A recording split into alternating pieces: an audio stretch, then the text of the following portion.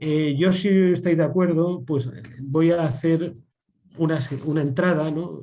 O sea, voy a sugerir una serie de bloques que siguen en cierta medida el contenido del libro, y con un breve marco introductorio, o con un marco introductorio que sería el primer bloque, ¿no? Un primer bloque que tendría un carácter más general. Un segundo bloque hablaríamos de los tipos de delitos, que esa distinción entre delitos de cuello blanco o cuello azul que se hace en el libro, las implicaciones de esos delitos, la implicación social, la cultura social dominante en relación con esa distinción, con esos delitos.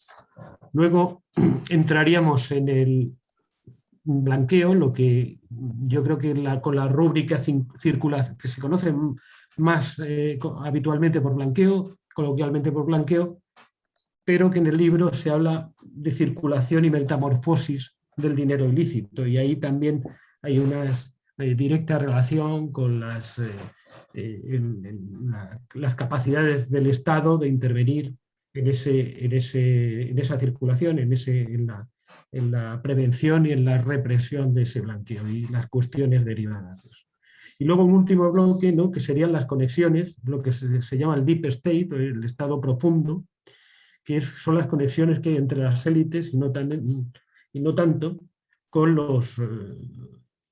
con la delincuencia, ¿no?, los servidores públicos, los gobiernos y algunos territorios a los que Armando señala especialmente territorios en el sentido estricto, como la Costa del Sol, etcétera, donde se dan con mayor virulencia, en principio, este tipo de actividades, ¿no? La motivación por la que me adentré en la realización de un trabajo como este, que desde luego sin ser obsesivo resulta, creo que bastante imposible de llevar a cabo, creo que bueno, nace en un debate en los años 90 sobre la cuantificación del Producto Interior Bruto en términos cualitativos. En esa época se hablaba mucho de cuentas satélites, no solamente satélites verdes, es decir, cuentas verdes, sino yo desarrollé un sistema de contabilidad nacional basado en una serie de indicadores adicionales que pretendían medir hasta qué punto hay crecimiento económico en España y en otros países, o bien generando igualdad, o bien generando desigualdad, o bien generando igualdad, desigualdad de género, o bien generando, digamos, más o menos inversión en sistemas coercitivos, al final quedaba siempre un residuo que era el indicador negro, ¿no? Esa es la parte oscura del Producto Interior Bruto.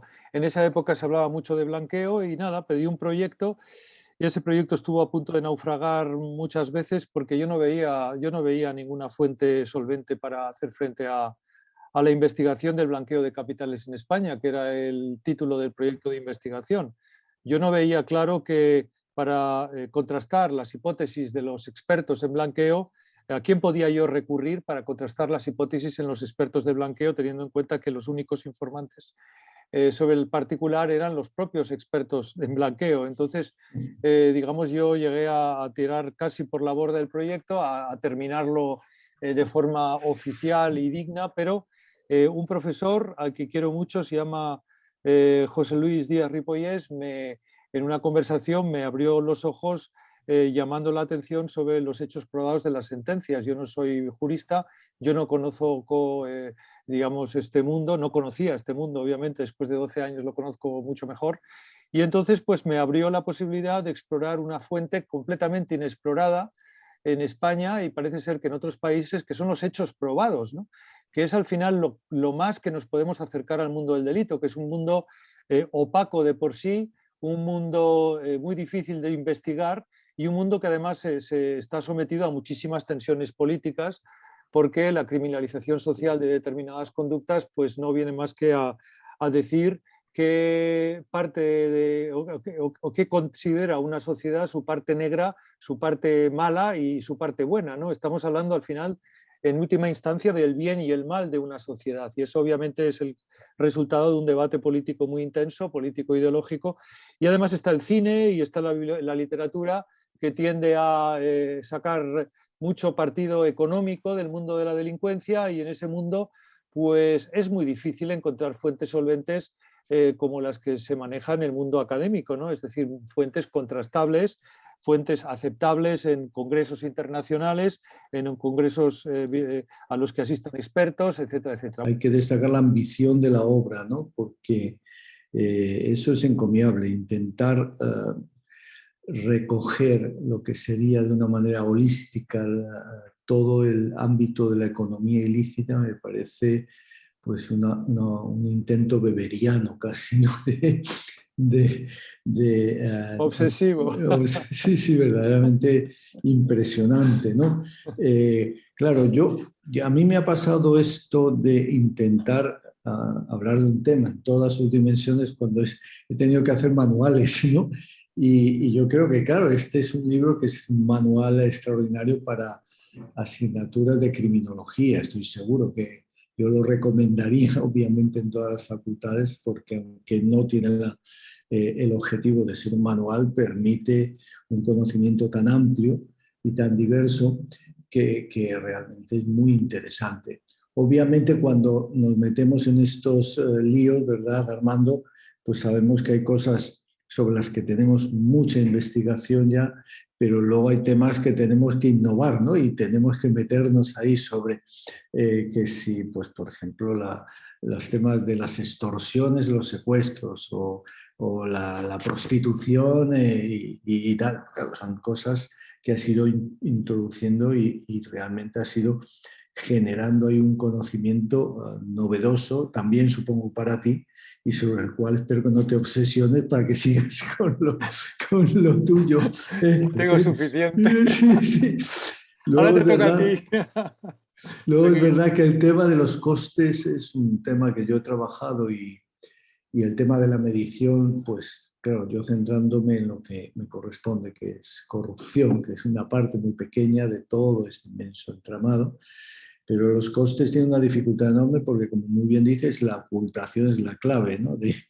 de la delincuencia, ¿no? La delincuencia no se suele hacer en público, ¿no? Y luego, claro, el tema de la medición a través de las sentencias y de los hechos probados, que es algo que yo intenté también y que ahora tengo una doctoranda que está en ese tema. Obviamente lo que, como muy bien dices, mide la calidad del sistema judicial de un país. No sé si mide realmente, ¿verdad?, el hecho delictivo, porque claro, las sentencias llegan a donde llegan, ¿no? Y luego, por otra parte, que los jueces, pues muchas veces, pues en los hechos probados llegan a donde pueden llegar. Yo pongo el ejemplo de la financiación ilícita del PP, ¿no? Que tanto ha dado que hablar. Al final no sabemos una gran parte de los costes porque las empresas han mantenido un silencio cómplice y ninguna se ha puesto a acusar a otra de que han conseguido contratos gracias a la financiación ilícita, ¿no? Entonces, es un tema interesantísimo y a mí la idea de los 70.000 millones me gusta mucho porque además coincide prácticamente con los fondos Next Generation, estos que recibimos y bueno, fíjate, ni más ni menos que todo lo que recibimos por un lado lo perdemos, entre comillas, por otro con la economía ilícita y lo que esto implica, lógicamente, para los ingresos públicos, ¿no?